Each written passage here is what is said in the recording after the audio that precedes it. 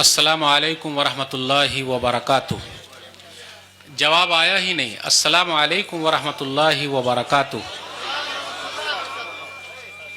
अल्हम्दुलिल्लाहि Kaffa व सलामुन अला इबादिहिल्लज़ीना इस्तफ़ा, अम्मा बाद, औज़ु बिल्लाहि मिनश शैतानिर रजीम, बिस्मिल्लाहिर रहमानिर रहीम। अर्रहमान अल्लमल कुरान खलक़ल इंसान अल्लमहुल बयान। उलमाए कराम, बुज़ुर्गों, दोस्तों, साथियों, ख़वातीन इस्लाम और प्यारे बच्चों, मैंने सूरह रहमान सूरह नंबर 55 की शुरू की 4 आयतें पढ़ी है। कुरान के ताल्लुक़ से चंद बातें मुझे आपके सामने रखनी है। अल्लाह से दुआ है अल्लाह ताला हम सबको कुरान और सुन्नत पर अमल करने की तौफीक दे, आमीन। बात कहाँ से शुरू करूँ, कहाँ ख़त्म करूँ, ये बात तो समझ में नहीं आ रही है, लेकिन अल्हम्दुलिल्लाह जो भी वक्त मिला हुआ कुछ बातें मुझे आपके सामने रखनी है। बिहार सरकार अगर ये ऐलान कर दे कि जितने हाफिज कुरान है सबको सरकारी नौकरी मिलेगी, हाथ उठाइए। बिहार सरकार ये ऐलान कर दे कि जितने हाफिज कुरान है सबको सरकारी नौकरी मिलेगी, हर घर में हाफिज कुरान होंगे कि नहीं होंगे? तो पैसे के पीछे भागते हैं। जो ना करे बाबू भैया वो करे रुपैया, सबसे बड़ा है पैसा पीर। न बाबू न भैया, सबसे बड़ा रुपैया। मेरे भाइयों, अगर हम और आप हाफिज कुरान की तनख्वाह बढ़ा दें, पैसा बढ़ा दें, तो देखिए कितने हाफिज बन जाएंगे, कोई हिसाब नहीं है। नबी सल्लल्लाहु अलैहि वसल्लम के जमाने में एक सहाबी ने सिर्फ सूरह फातिहा पढ़ी तो 30 बकरी मिली। सही बुखारी किताब फज़ाइल कुरान हदीस नंबर 5007, 30 बकरी मिली। एक बकरी जो है वो 5000 की मान लेते हैं, तो 30 बकरी कितने की हो गई? अब आप बताइए, सिर्फ सूरह फातिहा पढ़ने पर 1.5 लाख रुपया, और अपने यहाँ तरावी पढ़ाने वाले इमाम साहब को, हाफिज जी को 10 लाख रुपया। लग रहा मेरी उर्दू नहीं आ रही समझ में, देखिए माइक भी समझ रहा है। आप ही बताइए, तरावी पढ़ाने वाले को हमें कुरान से मोहब्बत है? बोलिएगा नहीं। कुरान से मोहब्बत है तो इंग्लिश वाला ट्यूशन ये महंगा है या कुरान वाला ट्यूशन महंगा है? इंग्लिश वाला। बकरीद में बकरा वाला हम सबको बकरा बना देता है। कैसे बकरा बनाता है? उसके ऊपर अल्लाह मोहम्मद लिख के लाता है। वैसा वाला बकरा मार्केट में कितने में बिकेगा? बहुत पैसे में बिकेगा, है ना? इसलिए मेरे भाइयों, जो बकरा बना दे तो हम और आप निकाल के दे देते हैं, और जो इंसान बना दे उनके लिए एक बच्चे को हाफिज बनाना है सिर्फ और सिर्फ 3 साल में। महद इरशाद में इकबाल भाई ने कहा 25 दूना 50, 75 बस। अल्लाह अकबर। कितना फायदा है आप सबका।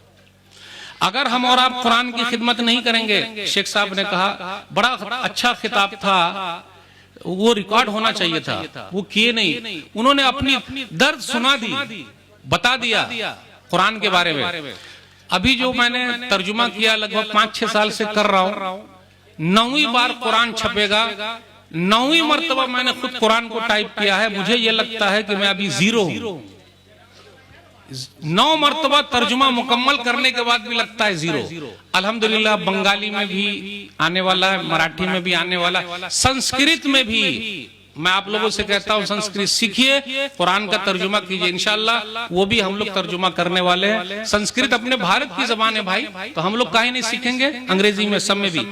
अगर हम और आप कुरान नहीं सीखेंगे, बस 1-2 पॉइंट बयान करके रुखसत होऊंगा, और कुरान पर अमल नहीं करेंगे, कुरान का पैगाम अल्लाह के बंदों तक नहीं पहुंचाएंगे, तो सुन लीजिए। पटना के अंदर प्रोफेसर राम प्री शर्मा जी हैं। ये कैसा नाम है, कभी सुने आप लोग? शर्मा जी हैं। उन्होंने मुझे फोन किया कि मदनी साहब, बोला यस, बोला ऐसा। फिर मैं गया मिलने। 80 साल के हैं वो, और 80 साल की उम्र में 15 साल पहले उन्होंने अरबी जबान सीखी, और अरबी जबान सीखकर अभी वो संस्कृत में कुरान का तर्जुमा कर रहे हैं। हम और आप कर रहे हैं? नहीं कीजिएगा, अल्लाह पैदा करे। कुरान से जो भी जुड़ा है वो सरदार है, सरदार से नीचे है ही नहीं। 6 साल का बच्चा हाफिज कुरान है, 75 साल की दादी माँ हाफिज कुरान बनी है अभी कर्नाटक में बेल्लारी के अंदर। आखिरी बात बयान करके रुखसत दूंगा, माँ अगर हाफिज कुरान हो तो उसका असर देखिए। शेख साहब से अपील करूंगा, सिर्फ बेटे ही हाफिज कुरान नहीं, बेटियां भी हाफिज कुरान बनेगी। सुन लीजिए वाकया, बस 1-2 मिनट और लगेगा। 33 साल मियाँ बीवी साथ में रहे और वो जो थी बेचारी दुनिया से चली गई। तो रिपोर्टर ने कहा कि हाफिज साहब दूसरी शादी कर लीजिए। देखिए, शादी का नाम आते ही चेहरे पर मुस्कुराहट आ जाती है, सब लोग हंसने लगते हैं। जिनकी हो गई वो भी हंसने लगते हैं, जिनकी होने वाली वो भी हंसने लगते हैं। अब दूसरी शादी की बात आए तब तो और मुस्कुराहट। लेकिन हाफिज साहब ने कहा कि शादी करना फर्ज थोड़े ना है, नहीं करूंगा। मेरी बीवी में 4 खूबियां थी, गौर से सुनिएगा। बेटिया भी हाफिज कुरान हो तो देख लीजिए बरकत। नंबर 1, मेरा महरजन जो था, मेरी बीवी 18 पारे की हाफिजा, 12 पारे मुझे याद कराना है, यही महरदैन। नंबर 1। नंबर 2, 10 बच्चे पैदा हुए और 10 के 10 हाफिज कुरान। हम और आप अपील कर रहे हैं कि एगो को हाफिज बनाइए। 10 बच्चे और 10 के 10 हाफिज कुरान। वो हाफिज साहब का नाम नहीं लूंगा, वरना आप लोग समझ जाइएगा, उलमा भी समझ जाएंगे, नहीं लेना है। ये 10 बच्चों को हाफिज कुरान मैंने नहीं बनाया। हाफिज साहब कहते मेरी बीवी ने घर का पूरा काम करके टाइम निकाल कर 10 बच्चों को हाफिज कुरान बना दिया।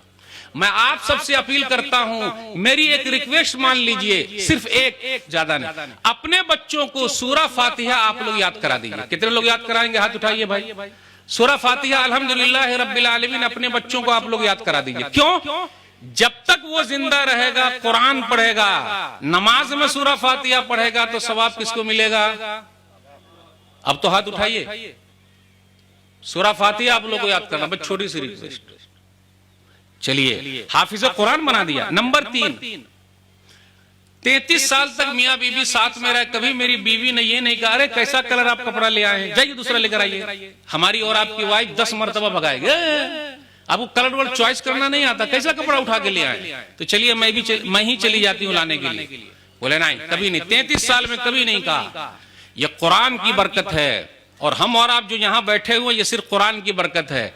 मदीना शरीफ में जो मेरा दाखिला हुआ वो भी कुरान की बरकत है। और आज जो अल्लाह ने इतना बड़ा मर्तबा दिया मुझे, वो सिर्फ कुरान की बरकत है और कुछ भी नहीं। आप क्या समझते हैं कुरान में ताकत नहीं है? बिल्कुल ताकत है।